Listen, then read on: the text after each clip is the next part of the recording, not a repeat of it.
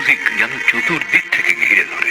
কোথা থেকে যে তারা আসে, কোন ছায়াপথ পেয়ে, কোন সূর্যরশ্মি ছুঁয়ে, কোন ঝোড়ো হাওয়ায়, কোন গ্রাম ছাড়া ওই রাঙামাটির পথ পেরিয়ে, কোন শহরের কোন রাজপথ প্রচন্ড বেগে অতিক্রম করে দিশা খুঁজে পায় না, কিন্তু আসে আসে আর অক্টোপাসের মতো ঘিরে ধরে, ঘিরে থাকে আমাকে।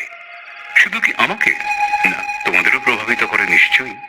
একটু গা ছমছমে পরিবেশ, একটা শিহরণের ছোঁয়া, একটা রুদ্ধশ্বাস, দম আটকানো পরিস্থিতি, যা কিছু দেখছি, যা কিছু ঘটছে চোখের সামনে, যা কিছু স্পষ্টতা তো আছেই, আর যা যা ঘটছে, ঘটে চলেছে কিংবা ঘটবে অন্তরালে, তার হদিশকে রাখে। অন্তরাল শব্দটার মধ্যেই কেমন যেন ঘনীভূত রহস্য। অন্তরাল শব্দটার শরীর জুড়ে যেন প্রহেলিকা। অন্তরাল মানেই আড়াল, আবডাল, অজানা, গোপন কিছু। তোমাদের নিশ্চয়ই মনে আছে, যারা এই মুহূর্তে 40-50-এর কোঠায়, তাদের তো মনে থাকবেই। আর যারা তার পরে, মানে মোটামুটি এই প্রজন্ম নামে যাদের পরিচয়, তাদের মনে নাও থাকতে পারে। তোমাদের মনে যাতে পড়ে সেজন্য মনে করিয়ে দিই, একটা সিনেমা হয়েছিল, বাংলা সিনেমা, খুব সম্ভব 60-এর দশকে। নাম তার অন্তরাল। না, আমি সিনেমাটা দেখিনি, তবে একটা গান, মানে সেই সিনেমারই গান, সেই ছোট্টবেলা থেকে আমাকে রেগুলার হন্ট করে। গানের শরীর জুড়ে সাসপেন্সের হাতছানি, অসম্ভব সুরেলা গান, তবু গা ছমছমে একটা ভাব তাকে জড়িয়ে আছে আষ্টে পৃষ্ঠে। এমন একটা গান আগে তোমাদের শোনাই, তারপর আসছি আজকের গল্পে। ঘটনাচক্রে আজকের গল্পের নামও অন্তরাল। না না না, সেই সিনেমার কাহিনীর সঙ্গে আজকের গল্পের কোনো যোগসূত্র নেই, শুধু নামটাই যা এক। সে যাক, গানটা তো আগে শোনো, শ্যামল মিত্রের নিজের সুরে গাওয়া অন্তরাল গল্পটা কদিন আগেই আমি পড়লাম। প্রথম কটা প্যারাগ্রাফ বেশ ইন্টারেস্টিং, পড়ে ভাল লাগলো। মনে হলো ঠিক আছে থাক, পরে বেশ ভালো করে পড়তে হবে। পাতা উল্টাচ্ছি, গল্প শেষ। হঠাৎই চোখ পড়লো গল্পের শেষ লাইনে। চমকে উঠলাম, কি রে ভাই, বিশ্বাস করা আর পারলাম না। পরে পড়ার বাসনা মুলতুবি রেখে সঙ্গে সঙ্গে শুরু করে দিলাম। কালী কিঙ্কর কর্মকার। আমি জীবনের আগে তার লেখা আর কোনো গল্প পড়িনি, এই প্রথম। তাতে কি, মনে হলো জীবনের গল্প বোধহয় এইভাবেই শুরু হয়, মানে হতেই পারে। আর শেষ যে এমনও হতে পারে, কে জানতো। না, আর মগডাল থেকে সাসপেন্সের লাট্টু দুলিয়ে কোনো লাভ নেই। চলো শুরু করা যাক কালী কিঙ্কর কর্মকারের রহস্য কাহিনী অন্তরাল।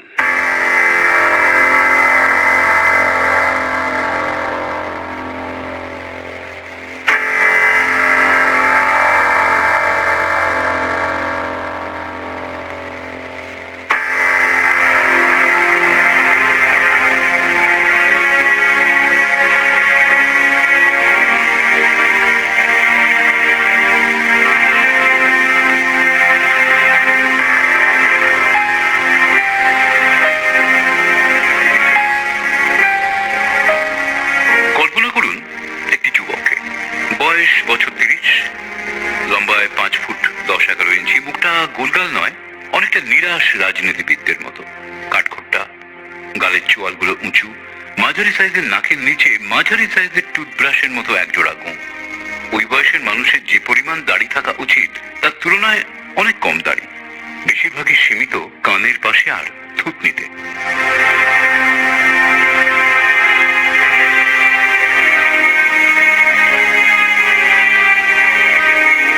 চেহারাটা তার কোনো চিত্রতারকার মতো নয়, অথচ তার স্বাস্থ্যটা যে একেবারেই একটা তাচ্ছিল্যের, তাও বলতে পারি না। তাকে সব রকম পোশাকই মানায়। কখনো সে যদি চোস ড্রেন পাইপ প্যান্ট আর চকরা বকরা হাওয়াই শার্ট গায়ে দিয়ে, সাদা নাগরাই পায়ে, চোখে গগলস লাগিয়ে, হাতে লোহার বালা পরে, ঠোঁটে চারমিনার ঝুলিয়ে কোনো সিনেমা হলের সামনে দাঁড়িয়ে থাকে, আর সেদিনটা যদি হয় শনিবার, এবং আপনার যদি ওই সিনেমাটা দেখার খুব ইচ্ছে থাকে, কিন্তু আপনি যদি দেখেন যে সামনের কাউন্টারে কোনো টিকিট পাওয়া যাচ্ছে না, তখন হয়তো আপনি ওর কাছেই এগিয়ে যাবেন, আর গলার স্বরটা যতটা সম্ভব নিচু করে জিজ্ঞেস করবেন, দাদা, ও দাদা, টিকিট আছে?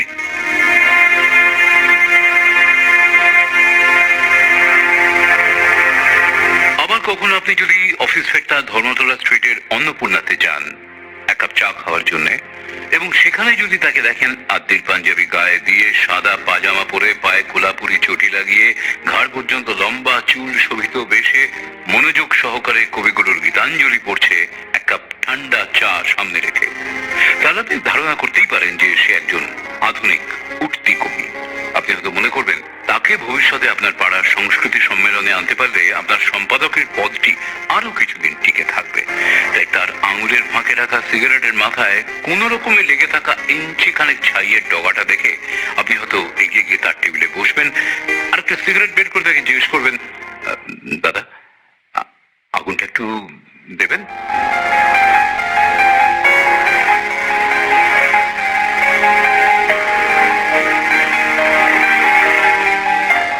আবার এমনও হতে পারে যে ও হয়তো সকালে একটা ধুতি পরে, গলায় পৈতে লাগিয়ে, খালি গায়ে খালি পায়ে, কপালে সিঁদুরের ফোঁটা দিয়ে, হাতে এক সাজি ফুল নিয়ে শ্যামবাজার কালীবাড়ির দিক দিয়ে আসছে, আর আপনি তখন আপনার গিন্নির তাগিদে রাস্তায় দাঁড়িয়ে পুরোহিত ধরার জন্যে, বাড়িতে বারের পুজোর জন্যে। তাকে আসতে দেখে আপনি সসম্ভ্রমে মুখের বিড়িটা টুক করে ফেলে দিয়ে তার দিকে এগিয়ে গিয়ে বলবেন, ঠাকুরমশাই আমাদের বাড়িতে আজকে বারের পুজো, আপনি কি একটু একটু আসতে পারবেন?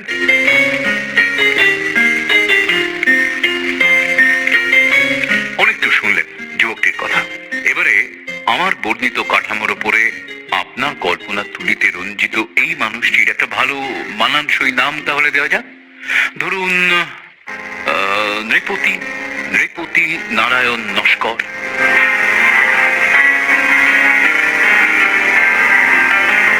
এই নৃপতির নিবাস বেলগাছিয়ার ইন্দ্র বিশ্বাস রোডে। আমার সঙ্গে তার আলাপ ছিল বহু বছর আগে, কিন্তু আলাপটা কেমন করে হয়েছিল সেইটা বোধহয় সবার আগে বলা উচিত। কি একটা সিনেমা দেখার জন্য আমি প্রাচীতে লাইন দিয়েছিলাম। বেলা তখন প্রায় 2:15, 3:30। ওইটা খুব ভালো শুনেছিলাম। লাইনে আমার আগেও আরো প্রায় জোনা চারেক, আমার পেছনে প্রায় 40-45 জন।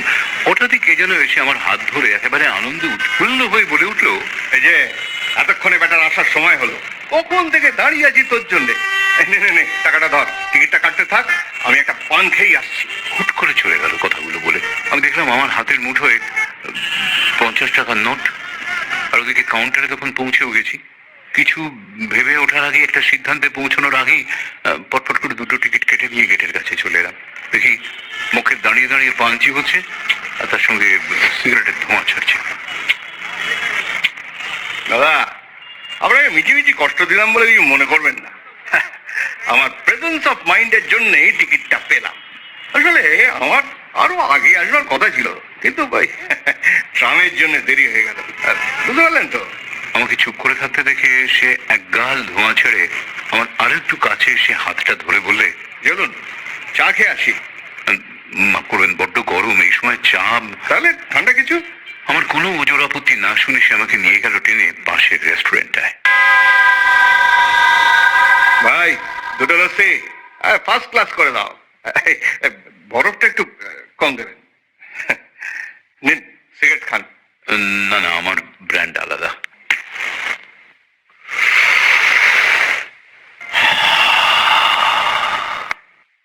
আমার নাম নৃপতি নারায়ণ নস্কর। আপনি? আমি সন্তোষ মিত্র, আমি বাগবাজারে থাকি। আরে বাগবাজার! আপনি তো আমার প্রতিবেশী মশাই। আমি বেলগাছিয়ায় থাকি। তো তা কোথায় চাকরি করেন? ওই এক মারোয়ারি অফিসে। আমি একটু অনিচ্ছা সত্ত্বেই মিথ্যে করে বললাম, কারণ কেউ আমাকে ওই প্রশ্ন করলেই আমি ভীষণ খেপে যাই। ভালো ভালো, আপনাদের বাধা ধরা সময়ের কাজ, আমাদের মতো না। তাইতেই আপনি আজ মেজাজে এসে সিনেমায় লাইন দিতে পারলেন, আর আমাকে ফুটপাট করে এসে সিনেমা দেখে আবার ছুট লাগাতে হবে। কেন, মানে কি করেন আপনি? সেটা বলা ঠিক হবে না, কারণ আমি কি করি সেটা আমি কাউকে বলতে চাই না। ও আচ্ছা।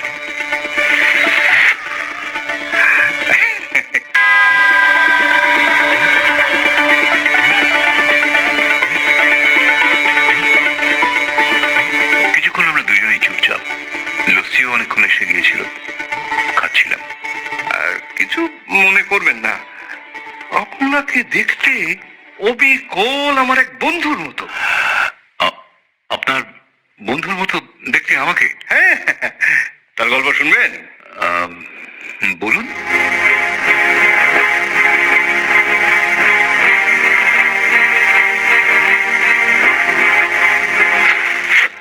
সামনেই নববর্ষ আসছে, আর আমারও গল্পের স্টক প্রায় শেষ। তাই নতুন গল্পের খোঁজ পেয়ে একটু উৎফুল্লই হলাম, আনন্দ প্রকাশ করলাম। বলুন। তার নাম ছিল বেনি মাধব মুখার্জি। আমাদের বাড়ির দোতলায় থাকতো। ছেলেবেলা থেকে তার সঙ্গে আমার খুব বন্ধুত্ব। বেনুর মা ওকে পার্কে নিয়ে যেতেন, আমিও যেতাম তাদের সঙ্গে। বুঝলেন, ছোটবেলায় আমি মেয়েদের পোশাক পরতাম। আমার মায়ের ইচ্ছে ছিল যে তার একটি কন্যা সন্তান যেন হয়, কিন্তু ভগবান তা চাননি। তাই আমার মায়ের গর্ভে পরপর 4টি ছেলে আসে। আমি ছিলাম সবার ছোট। সুতরাং মা আমাকে মেয়ের পোশাক পরিয়ে মেয়ের অভাব ভুলতে চেষ্টা করতেন। আবার বাবা ছিলেন ডাক্তার। ও আচ্ছা। যাই হোক, সেসব কথা যাক। পাশাপাশি বেনু আর আমি বড় হতে লাগলাম।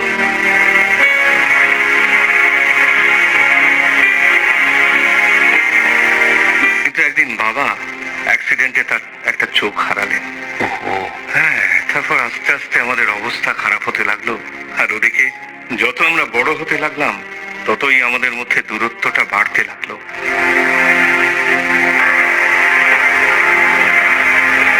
মানে বেনুর আর আমার মধ্যে। ইতিমধ্যে বাবা মারা গেলেন। দাদা তখন সবে ইন্টার পাস করেছে, তাই কোন রকমের চেষ্টা করে দাদা একটা ব্যবসাদারের গদিতে কেরানির চাকরি পেয়ে গেল। কিন্তু ওই কটি টাকায় আর কি হয় বলুন? তাই মাও সাহায্য করতে লাগলেন। জামা কাপড় বাড়িতে সেলাই করে সেগুলো নিয়ে গিয়ে শ্যামবাজার, হাতিবাগানের বড় বড় দোকানে বিক্রি করতে লাগলেন। ওইভাবেই আমাদের সংসারটা বেঁচে গেল।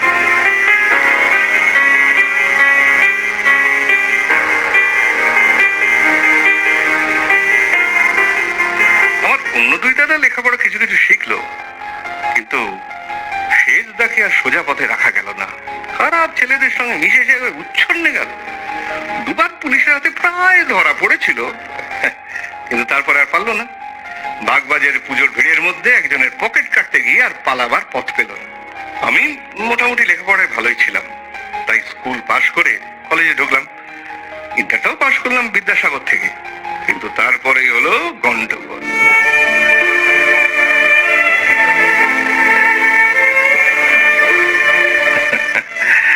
ওই কলেজেরই একটি মেয়ের প্রেমে পড়ে গেলাম।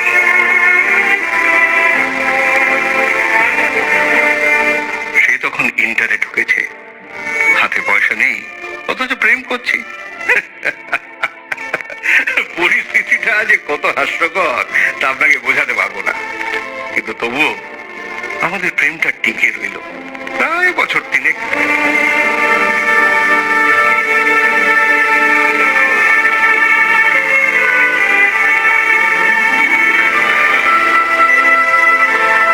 তারপরে এলো ধ্বংস, বেনুর রূপ ধরে। সেদিন সন্ধ্যার আমি দুজনে বহুদিন পরে সিনেমা দেখতে গিয়েছিলাম, আর সেখানেই বেনুর সঙ্গে দেখা।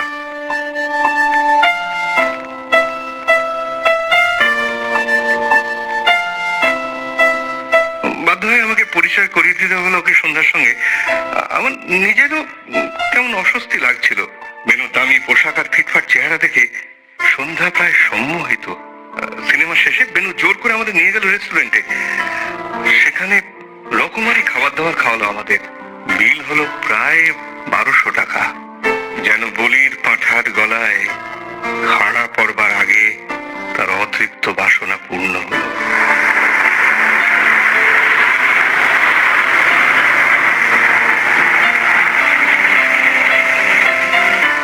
বেনু তার গাড়ি করে আমাদের পৌঁছে দিয়ে গেল বাড়ির দোরগোড়ায়।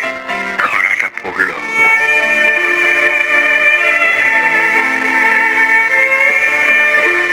এই ঘটনার কিছুদিন পরে টের পেলাম সন্ধ্যাও আস্তে আস্তে দূরে সরে যাচ্ছে।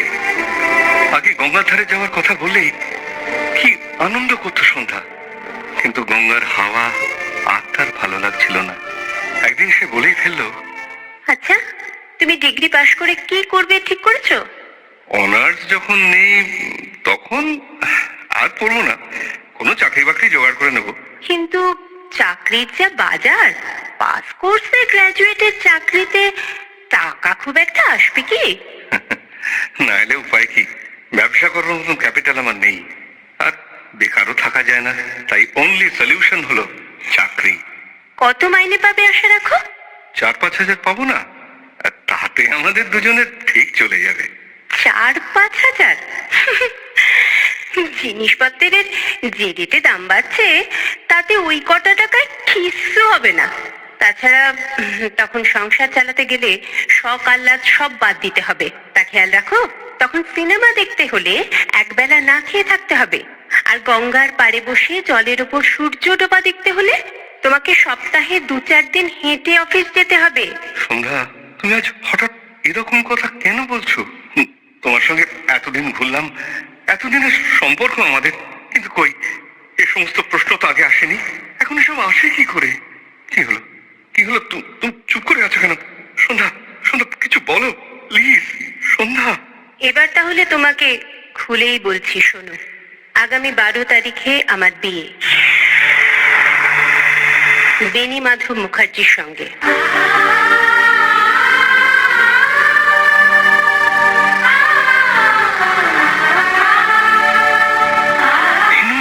হ্যাঁ, আমি তোমাকে কখনো যদি কোনো আশা দিয়ে থাকি, তার জন্য সত্যি আমি দুঃখিত। তাছাড়া আমি জাস্ট পারতাম না তোমার সঙ্গে সংসার করতে। মিছে মিছে আমাদের দুটো জীবনই নষ্ট হয়ে যেত। তুমি যেভাবে বেঁচে থাকার ছবি এঁকেছো, সেটা আমি ভাবতেই পারি না। জল আর হাওয়া খেয়ে বেঁচে থাকার কথা গড়ের মাঠে বসে প্রেমের গল্প করার সময় বলতে খুব ভালো লাগে, শুনতেও লাগে চমৎকার, কিন্তু জীবনে সেটা করা যায় না। আমাদের সম্পর্কটা আজ এখানেই শেষ করলাম। তবে তোমাকে একটা উপদেশ দিয়ে যাচ্ছি, অযাচিত মনে করো না। 4-5 হাজার টাকার চাকরি তুমি কি করে পাবে আমি জানি না, পেলেও ওই টাকার ভরসায় বিয়েটা দয়া করে করো না। আরেকটা জীবন নষ্ট করার কোনো অধিকার তোমার নেই। সন্ধ্যা উঠে চলে গেল। দেখলাম দূরে রাস্তার উপর বেনুর কালো মরিচটা দাঁড়িয়ে আছে।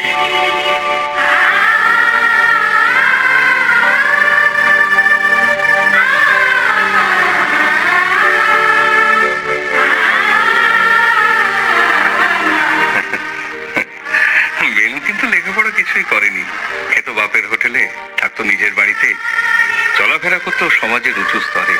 তাই তার সামনে আমার ডিগ্রি, আমার পিতৃ পরিচয় সবই ফুৎকারে উড়ে গেল। আমি পারবো কেন তার সঙ্গে প্রেমের প্রতিযোগিতায়? সে তার বউকে দিতে পারবে টাকা পয়সা, সমাজের অহংকার, গাড়ি বাড়ি, অফুরন্ত আনন্দ, কিন্তু আমি দিতে পারবো শুধু একটু স্নেহ, একটু ভালোবাসা। তাতে লেখাপড়া জানা মেয়েকে বশ করা যায় না। তাই ভেবে দেখলাম আমার মতন ছেলেদের প্রেমে পড়া উচিত নয়, বিশেষ করে কোনো শিক্ষিতার সঙ্গে। যাই হোক, বেনু সন্ধ্যাকে ছিনিয়ে নিয়ে গেল আমার কাছ থেকে।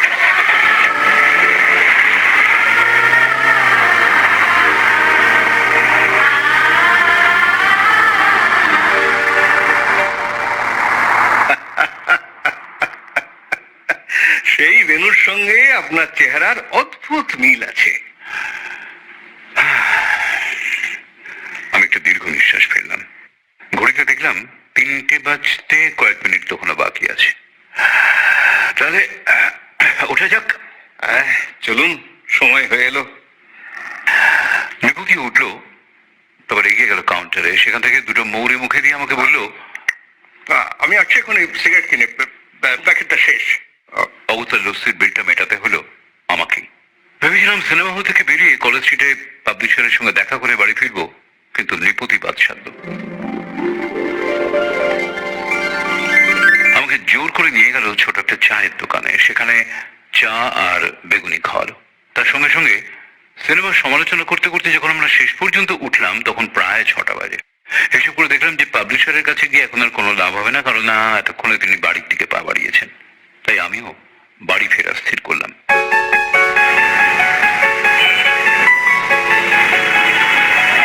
নিপতি বলল সেও আমার সঙ্গে যাবে। 2-3টে বাস ছেড়ে একটা অপেক্ষাকৃত ফাঁকা বাসে উঠলাম। সোজা চলে গেলাম দোতলা। সামনে কন্ডাক্টর দাঁড়িয়ে টিকিট চাইলো। রিপতি নির্বিকার চিত্তে একটা 50 টাকার নোট বাড়িয়ে দিল। দুটো শ্যামবাজার খুচরো নেই দাদা, যা আছে তাতে কুলোবে না।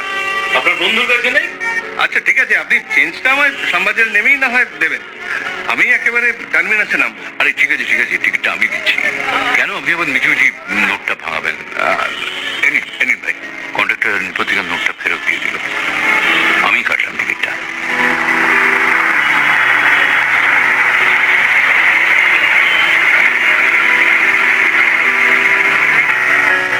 শ্যামবাজারে নেমে রিপতি আমার সঙ্গে সঙ্গে আসতে লাগলো। সমানে এটা সেটা নিয়ে বকর বকর করতে লাগলো। আমি বাড়ি পৌঁছে তবে রেহাই পেলাম।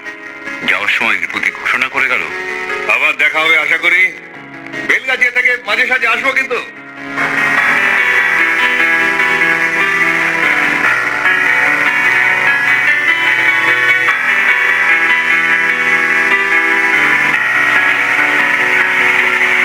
এই ঘটনার দিন সাতেক পরে আমি অফিস যাবো বলে ট্রামে উঠেছি। ট্রামে বরাবর যেমন ঠিক থাকে সেরকমই ছিল। কোন রকমের ঠেলে ঠুলে সামনের দিকে এগিয়ে যেতে গিয়ে চোখ পড়লো সাদা শার্ট আর সাদা প্যান্ট পরা এক ভদ্রলোকের দিকে। দেখেই চিনলাম রিপতি। এগিয়ে গেলাম। কেমন আছেন? আশ্চর্য, আমার কোনো কথা শুনলই না। এবার তার হাতে একটু ধাক্কা দিয়ে জিজ্ঞেস করলাম, চিনতে পারছেন না? রিপতি আমার মুখের দিকে তাকালো, তারপর অদ্ভুত ভাবে বললো, আপনি বোধহয় ভুল করছেন, আপনাকে তো আমি চিনি বলে মনে করছে না। আমি মানে সরি মানে ভেরি সরি, আপনাকে দেখতে অবিকল আমার এক বন্ধুর মতো, মানে কি বলবো, এমনকি গলার আওয়াজটা পর্যন্ত। Very sorry. আমি ভাবলাম টিকিটটা নেবেন, টিকিটটা। রিপতি নেমে গেল ঠিক লালবাজারের সামনে। দেখলাম গেট দিয়ে ঢুকে গেল লালবাজারের পুলিশের হেডকোয়ার্টার্সে।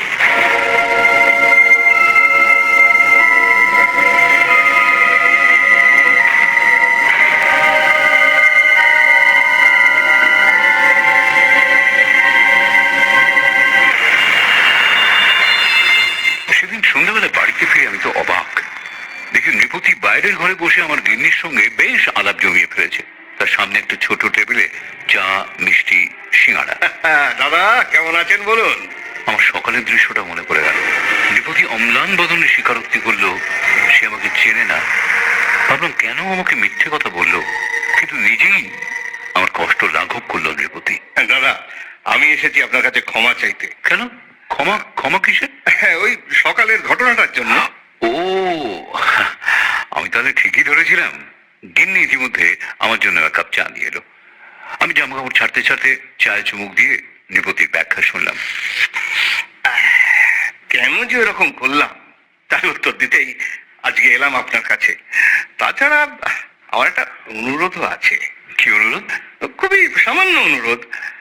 যদি আমাকে কখনো রাস্তায় দেখেন তো আপনি দয়া করে আমার সঙ্গে কথা বলবেন না। আপনি যদি আমাকে দেখেন তাহলে আমি আপনাকে দেখব, আর প্রয়োজন হলে আমি নিজে চেঁচে আপনার সঙ্গে কথা বলবো। আপনি চেঁচে কথা বলবেন না। কেন সেটা জিজ্ঞেস করতে পারি? নিশ্চয়ই। আপনাকে যখন দাদা বলে ডেকেছি তখন আপনার কাছে লুকোবার আমার কিছুই নেই। একটু থামলো রিপতি, একটা সিগারেট ধরালো। আমি সেই অবসরে আমার চায়ের কাপটা খালি করে ফেললাম। আমি ক্যালকাটা পুলিশের প্লেন ক্লোথস বিভাগের একজন ইন্সপেক্টর। আমাদের কাজ দুর্নীতি দমন করা। যখন তখন বিভিন্ন বেশভূষায় অপরাধীদের অনুসরণ করতে হয় আমাদের। আপনি যদি কখনো আমাকে দেখে আমার নাম ধরে ডাকেন তখন আমার অবস্থাটা কি হবে বুঝতেই পারছেন। তাই আমার এই অনুরোধ। আমি অবাক হয়ে খানিকটা বোকার মতো তাকিয়ে রইলাম রিপতির মুখের দিকে। আমার শরীরের মধ্যে দিয়ে একটা শিহরণ বয়ে গেল। এত অল্প বয়সে এত বড় দায়িত্ব নেওয়া কি চারটিখানি কথা? রিপতি নারায়ণ নস্করের জন্য শ্রদ্ধা হলো আমার।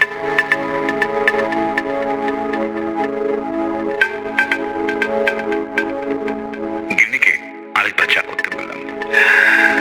আচ্ছা, আপনার বয়স তো খুব একটা বেশি নয়, এর মধ্যেই ইন্সপেক্টর হয়ে গেছেন। আপনার উপরে ভাগ্যদেবী খুবই সুপ্রসন্ন বলতে হবে। হয়তো হবে, বাট নট ইন লাভ। সেখানে তো বলতে গেলে ল্যাংই খেলাম। ঠিক, আপনার জীবনের আরো গল্প বলুন শুনি। আমার জীবনের গল্প শুনবেন? ঠিক আছে।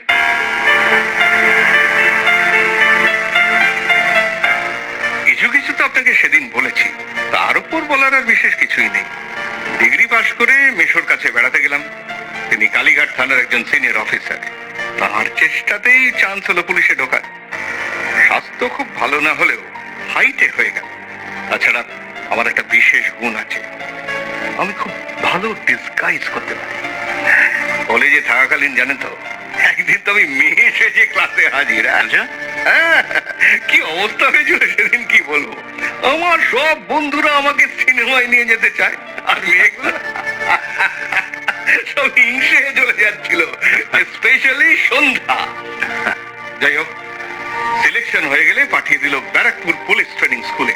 সেখানে অনেক কিছু শেখালো, অস্ত্র ব্যবহার করা, অপরাধীকে অনুসরণ করা, অপরাধীর মনোবিজ্ঞান ইত্যাদি আরো অনেক কিছু। ভালো নম্বর নিয়ে পাশ করে সাব ইন্সপেক্টর হিসেবে ঢুকলাম। কয়েকটা কেসও সলভ করলাম, ব্যাস আমার নাম হয়ে গেল। একদিন একটা স্মাগলার দলের পেছনে গেলাম, সেই বোম্বে পর্যন্ত একদম ধাওয়া করলাম। সেইখানে তাদের হাতে নাতে ধরিয়ে দিয়ে কলকাতা এসে জানতে পারলাম আমার প্রমোশন হয়েছে। তা এই পোস্টে কতদিন আছেন? এই মাস 6 হলো। পুলিশে ঢুকেছি পাক্কা 2.5 বছর। ও,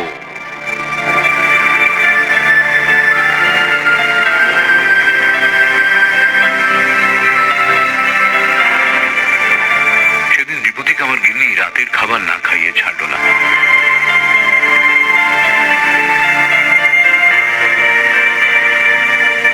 ও চলে যাওয়ার পর আমি সহধর্মিণীকে বললাম, ওই লোকটাকে চিনে রাখলে তো, পুলিশে চাকরি করে।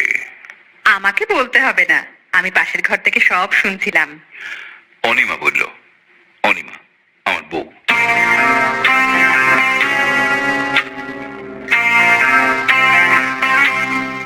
রাত তখন 8:30 বাজে। আমি গা হাত পা ধুয়ে খেয়ে দিয়ে শুয়ে পড়লাম। অনিমাও কিছুক্ষণের মধ্যেই আলো নিভিয়ে দিয়ে শুতে এলো। তখনও 9টাও বাজেনি। আমাদের বিয়ে হয়েছিল বছর 5 আগে। পরের রোববার বেলা 10টা নাগাদ আমি বেরোচ্ছিলাম। অনিমা বলেছিল বিকেলে সিনেমা দেখতে যাবে, টিকিট কাটতে। নৃপতি এসে হাজির, হাতে দাড়ি ঘোষের এক বাক্স মিষ্টি। বৌদি, বৌদি, মিষ্টি নিয়ে এলাম। আরো আর একটা কেস সলভ করেছি। অনিমাকে ঠিক করে একটা প্রণামী করে বসলো, তারপর বললো, এবার আশীর্বাদ করুন যেন আরো উপরে উঠতে পারি। গিন্নি আর আমি দুজনেই তাকে আশীর্বাদ করলাম।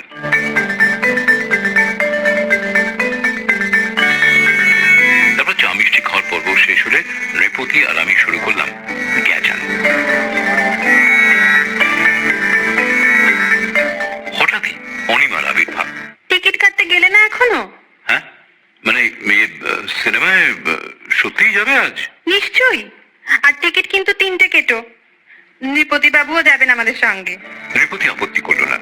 অনিমা আরো একটা ঘোষণা করলো, আপনি আমাদের এখানে দুপুরের খাবার খেয়ে সিনেমা দেখে আবার এখানেই ফিরবেন, তারপর একেবারে রাত্রে খেয়ে দিয়ে বাড়ি যাবেন। আমি শুনে একটু ঘাবড়ে গেলাম। হ্যাঁ, আমি অনিমাকে বলেছিলাম যে নৃপতি পুলিশের লোক, ওকে একটু তোয়াজ করতে, তাই বলে জামাই আদর, এবে না উবে না, এরকম করলে তো আমাকে লোকের পকেট কাটা ধরতে হবে। ঠিক করলাম রাত্রির একটু বোঝাতে হবে ওকে, স্বামীর কথা অত অক্ষরে অক্ষরে পালন করলে ভবিষ্যতে বিপদ হওয়ার সম্ভাবনা আছে।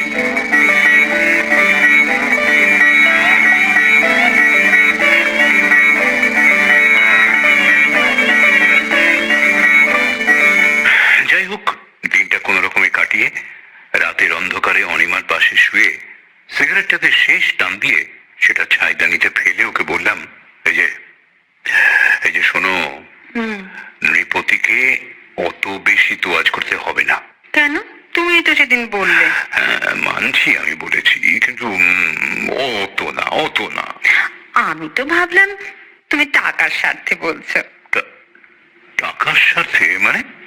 তোমার ভাইয়ের চাকরির জন্য। আমি একেবারে আকাশ থেকে পড়লাম। উফ, এত ভালো আইডিয়াটা আমার মাথায় এলো না। প্রিয়তোষটা সেই কবে বিয়ে পাশ করে রাস্তায় রাস্তায় আড্ডা মেরে বেড়াচ্ছে। হ্যাঁ, নৃপতিকে বলা যেতেই পারে ওকে পুলিশে ঢুকিয়ে দেওয়ার জন্য। ও Anima, you are a darling. Anima, you are a darling. ও মা গো, খাটের উপর কি একটা উঠছে গো। এই কি উঠছে? আমি অসভ্য।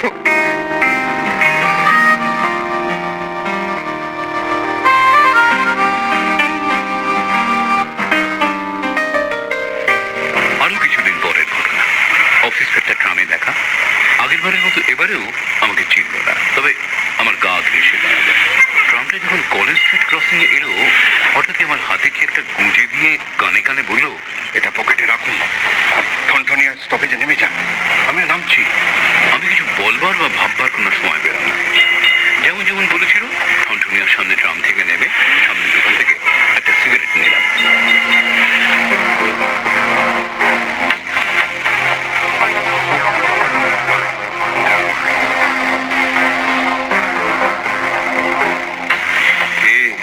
আমার কথা ভুলে গেলেন নাকি? ও এসে আছেন? ভাই আরেকটা সিগারেট দিও। সিগারেট ধরিয়ে আমরা সামনের পাঞ্জাবি হোটেলটাতে গেলাম। দিন দেখি মালটা। আমি পকেট থেকে বের করলাম তার দেওয়া জিনিসটা। অবাক হয়ে দেখলাম সেটা কার যেন একটা মানি ব্যাগ। ভয় নেই, ভয় নেই, আমার কাজ জানেনই তো।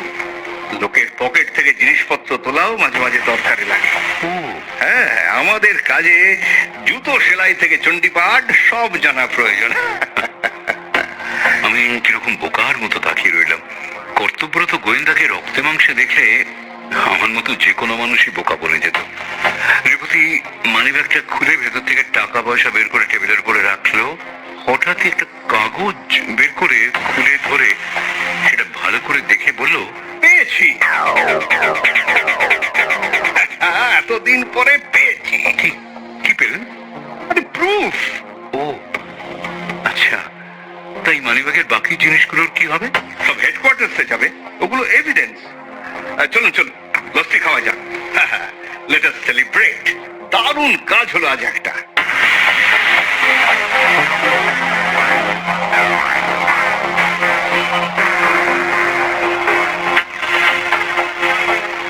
রাত প্রায় 8:30টার সময় হাঁটতে হাঁটতে শ্যামবাজারের মোড়ে এলাম। ট্রামের জন্য দাঁড়িয়ে থাকতে থাকতে নৃপতি হঠাৎ বলে উঠলো, দাদা, ওই যে লোকটাকে দেখছেন, আরে ওই যে ফুটপাতে বইয়ের দোকানটার সামনে। কোনটা বলুন তো? আরে গেরুয়া রঙের পাঞ্জাবি পরে। হ্যাঁ হ্যাঁ হ্যাঁ দেখলাম। ভদ্রলোককে চিনে রাখুন। কেন? উনি আমার ডিপার্টমেন্টের অফিসার, সুশান্ত মুখার্জি। ও আচ্ছা। দেখুন, আপনাকে বহুদিন ধরে একটা কথা বলবো বলবো করে মানে প্রায় ভাবছি, কিন্তু আর কিছুতেই বলা হয়ে উঠছে না। মানে বলুন। মানে মানে ব্যাপারটা আমার ভাইকে নিয়ে। আসলে ওর খুলে বললে ভালো হতো না? মানে ওর একটা চাকরি করে দিতে হবে প্লিজ। এই কথা? আমি বললাম বুঝি কোনো সাংঘাতিক ব্যাপার ট্যাপারে জড়িয়ে পড়েছেন আপনার ভাই। না না না, আমার ভাই একটু যা হয় এই বয়সে একটু মাস্তান গোছের হলেও আইনের গণ্ডির বাইরে পা বাড়ায় না, বুদ্ধিশুদ্ধি একটু রাখে। তা আপনার ভাইয়ের কোয়ালিফিকেশনটা কি? এই তো গতবারে বিয়ে পাশ করেছে। স্বাস্থ্য কেমন, হাইটটা? আমার মনে হয় আপনাদের মিনিমাম যোগ্যতা যা সেটা ওর আছে, কিন্তু বুঝেনি তো এইসব লাইনে একটু জানাশোনা থাকলে তবেই চান্স পাওয়া সম্ভব। তা অবশ্য ভুল বলেননি। আমি আপনার কথা দিতে পারছি না, তবে চেষ্টা করে দেখব। কি করতে পারি জানাবো। যদি কোথাও 200 টাকা দেওয়ার দরকার পড়ে তার ব্যবস্থা না হয় করা যাবে। ঠিক আছে ঠিক আছে, যদিও আমরা দেশ থেকে অপরাধ নির্মূল করে দেওয়ার প্রাণ চেষ্টা করছি, তবুও আপনাকে বলতে নিজেরই লজ্জা হচ্ছে, আমাদের ডিপার্টমেন্টটাই সবচেয়ে করাপ্ট। ঘুষ ছাড়া এক গ্লাস জলও পাওয়া যায় না। না, সে শুধু আপনাদের ডিপার্টমেন্টে কেন, বলতে গেলে দেশের সর্বত্রই তো ওই একই পরিস্থিতি। নৃপতিও সে কথার কোনো জবাব দিল না। একটা ট্রাম আসছিল, হাত তুলে সেটাকে থামাবার নির্দেশ দিয়ে আমাকে বলল, তাহলে ওই কথাই রইল, আপনাকে খবর দেবো।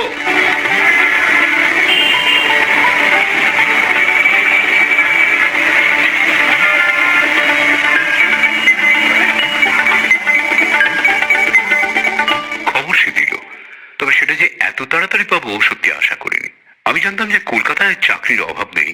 যারা বলে যে চাকরি পাওয়া যায় না, তারা হয় চাকরির জন্য চেষ্টা করেনি, নয়তো তাদের চাকরির দরকার পড়ে না। তাই যদি না হবে, তাহলে বহুদিন আগে বাঙালিরা দলাদলি ত্যাগ করে নিজেদের মধ্যে সমস্ত বিভেদ ভুলে এক হয়ে উঠত, জ্বালিয়ে পুড়িয়ে ছাড়খাড় করে দিত আমাদের এই ভারতবর্ষটাকে। যাই হোক, নৃপতি আমাকে খবর দিল আমার ভাই প্রিয়তোষের জন্য চাকরির খবর।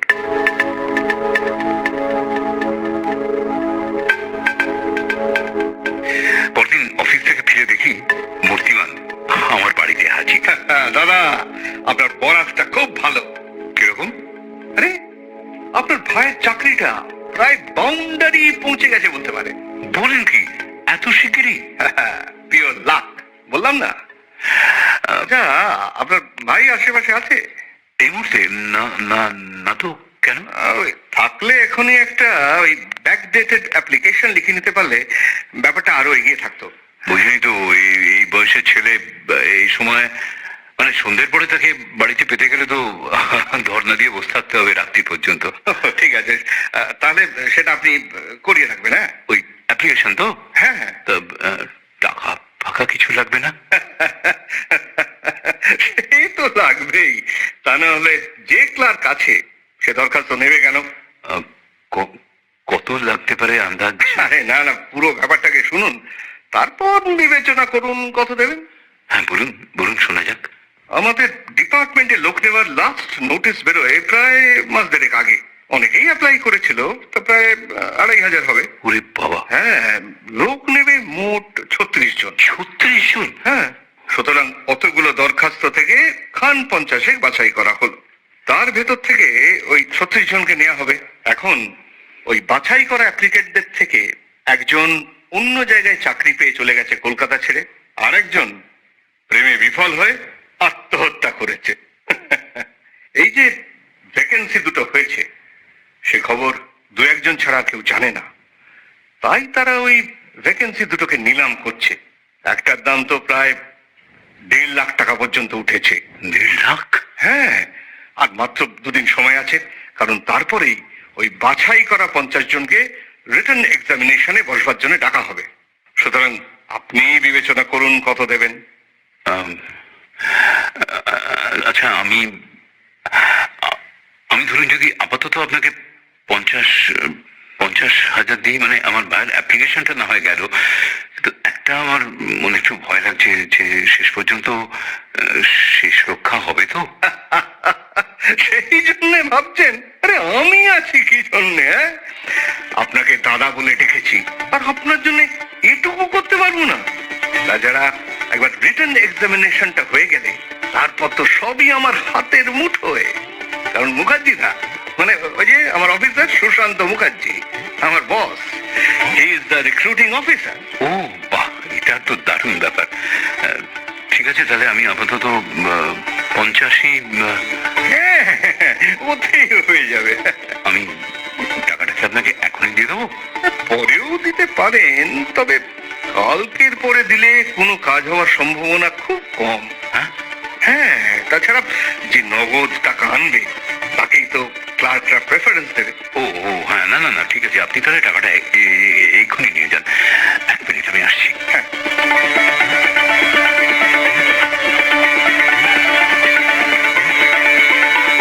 আমি ভেতরে গেলাম, অনিমার আলমারি খুলে টাকাটা নিয়ে আবার বাইরের ঘরে ফিরে এলাম। টাকাগুলো গুনে দিলাম নৃপতিকে। 1000 টাকার নোট 50টা। ঠিক আছে, আমি ওই প্রিয়তোষের মানে আমার ভাইয়ের অ্যাপ্লিকেশনটা ওকে দিয়ে লিখে রাখবো। কাল তো রোববার, আপনি কি একটু কষ্ট করে সকালে এসে ওটা নিয়ে যাবেন? ঠিক আছে ঠিক আছে। হ্যাঁ, তাহলে ওই কথাই রইল, আপনার ভাইয়ের জন্য আপনার আর চিন্তা করতে হবে না। আরে আমি আছি তো। আর তাহলে উঠি? হ্যাঁ, ঠিক আছে ঠিক আছে। হঠাৎই অনিমা ঘরে এসে হাজির। সে কি কথা? আপনি আজ খেয়ে যাবেন না? আজকে পেটটা ঠিক সুবিধের নয় বৌদি, আর একদিন এসে খাবো খন। হ্যাঁ, আমিও একটু ওজোর আপত্তি করলাম, কিন্তু নৃপতি কিছুতেই শুনলো না। বিদায়।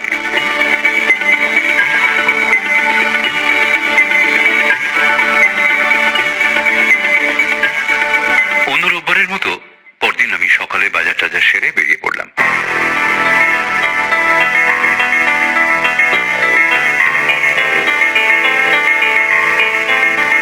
নৃপতির জন্য কিছুক্ষণ অপেক্ষা করেছিলাম, কিন্তু নৃপতি এলো না। আমি তাই গেলাম শ্যামলের অফিসে। শ্যামল আমারই বন্ধু, কিন্তু রোববারেও ওর ছুটি নেই। কিরে, কি খবর? বস বস বস। হ্যাঁ, অনিমা কেমন আছে? ভালোই। আরে, মনতোষের আসার কথা ছিল, আসেনি। মনতোষ আমার মেজো ভাই, আমরা 3 ভাই। আমি, মনতোষ, প্রিয়তোষ সবার ছোট।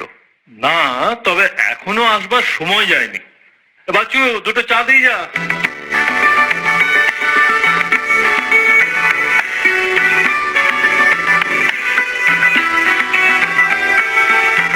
আমরা এটা সেটা নিয়ে গল্প করতে করতে চা এসে হাজির হলো, প্রায় পিছু পিছু মনোতোষ। আয় মনে হয়, কিরে কেমন গেল? যেমন ভেবেছিলাম ঠিক তেমন, হুবহু। বেটা সোজা বাড়িতে গেল, সেখানে সমস্ত রাত্রির কাটিয়ে ভোর না হতেই ব্যাগ হাতে বাজারে।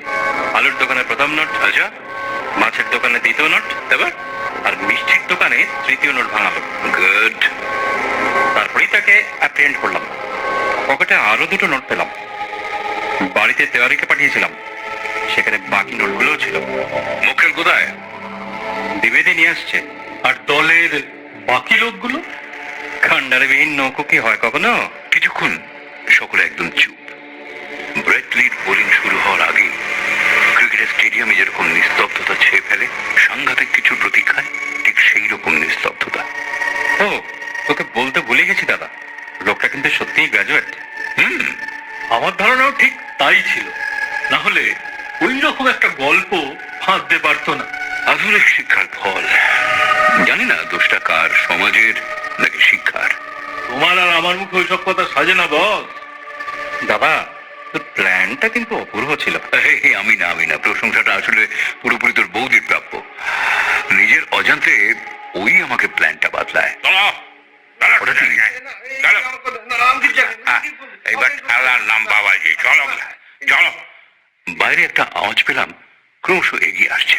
চলো চলো। আরে ঘরে আছি। এবার মুখোশ খোলার পালা। এই শোন, আমি তাহলে চলি, ওকে? দরজার আড়াল হতে শুনলাম কে যেন বলছে, স্যার স্যার, একে একে বুক করুন। এর কাছে চোরাই টাকা পাওয়া গেছে।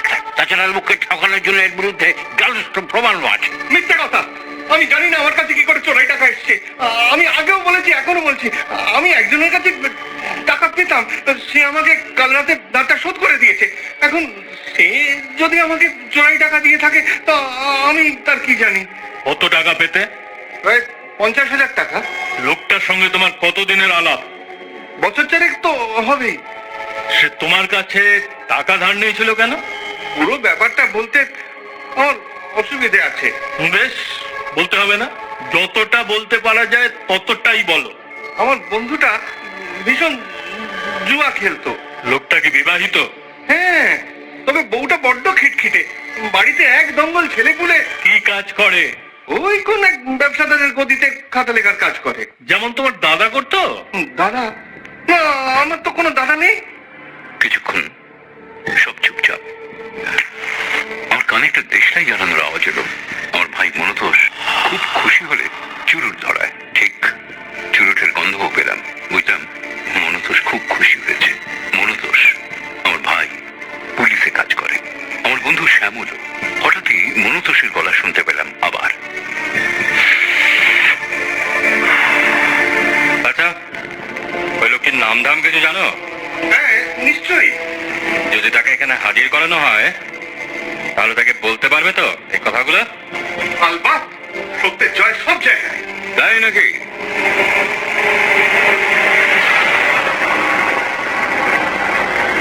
আমি ঘরে ঢুকলাম, দেখলাম আমার সামনে হাতে হাত কড়া বাঁধা নৃপতি নারায়ণ নস্কর।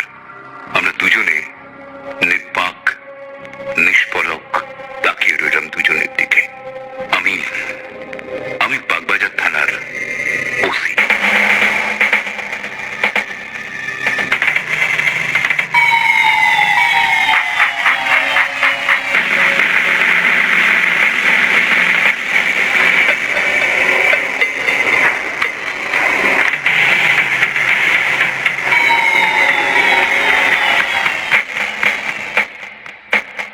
কি বলো? কোথাকার জল কোথায় গিয়ে দাঁড়ালো দেখলে? কোথাকার জল কোথায় গিয়ে দাঁড়ালো? অন্তরালকে প্রকাশ্যে নিয়ে এলো কারা আজ জানতে চাও? চলো শুনে নাও। নৃপতি নারায়ণ নস্কর, প্রসেনজিৎ ঘোষ। সন্ধ্যা ডালিয়া বসু সাহা। মনোতোষ সুদীপ বসু। শ্যামল কল্লোল চক্রবর্তী। অনিমা নিবেদিতা নাগ তহবিলদার।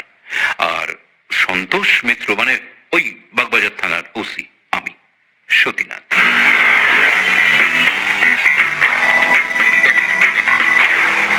সাউন্ড এফেক্টস আর ব্যাকগ্রাউন্ড মিউজিক রাজা সেনগুপ্ত।